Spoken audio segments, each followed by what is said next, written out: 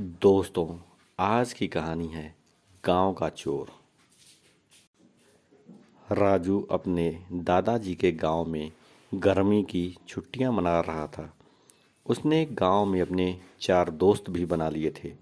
उसे धीरे धीरे अब गांव का माहौल भी पसंद आ रहा था। गांव में हमेशा शांति रहती थी, ना ट्रैफिक का शोर, ना ही शहर जैसी मारामारी। लेकिन माहौल 3 दिनों से बदल गया था। उसने सुना कि एक चोर रोज रात को गांव में किसी न किसी के घर से सामान चोरी करके ले जाता है और उसे कोई देख भी नहीं पाता। गांव के लोग रात को पहरा देते थे, लेकिन कोई फायदा नहीं होता था।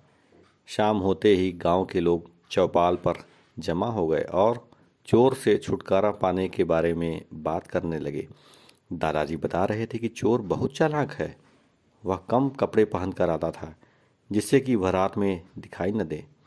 साथ ही वह हाथ व पैरों में तेल लगाकर आता था, जिससे यदि कोई उसे पकड़ने की कोशिश करे तो उसके हाथ तेल की वजह से फिसल जाए।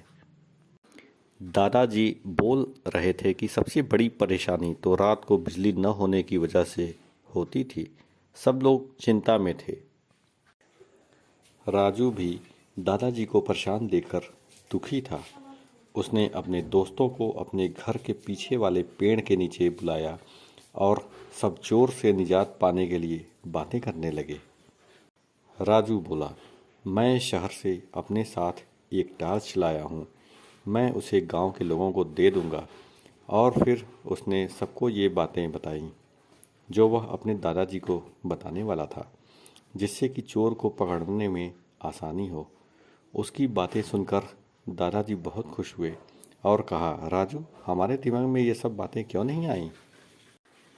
दादाजी जल्दी से चौपाल पर गए और कुछ भरोसे के लोगों को राजू की बातें बताईं। सारे गांव वाले रोज़ रात को आपस में सलाह करके पहरा देते थे। चोर तक गोपनीय बातें कोई गांव वाला पहुंचा देता था, इसलिए दादाजी ने केवल गुने चुने लोगों को ही इस बारे में बताया। चोर के उस साथी तक बात पहुंचाने के इरादे से उन्होंने जोर से कहा, सब लोग जानते हैं कि चोर पकड़ में तो आता नहीं है, इसलिए आज हम पहरा नहीं देंगे।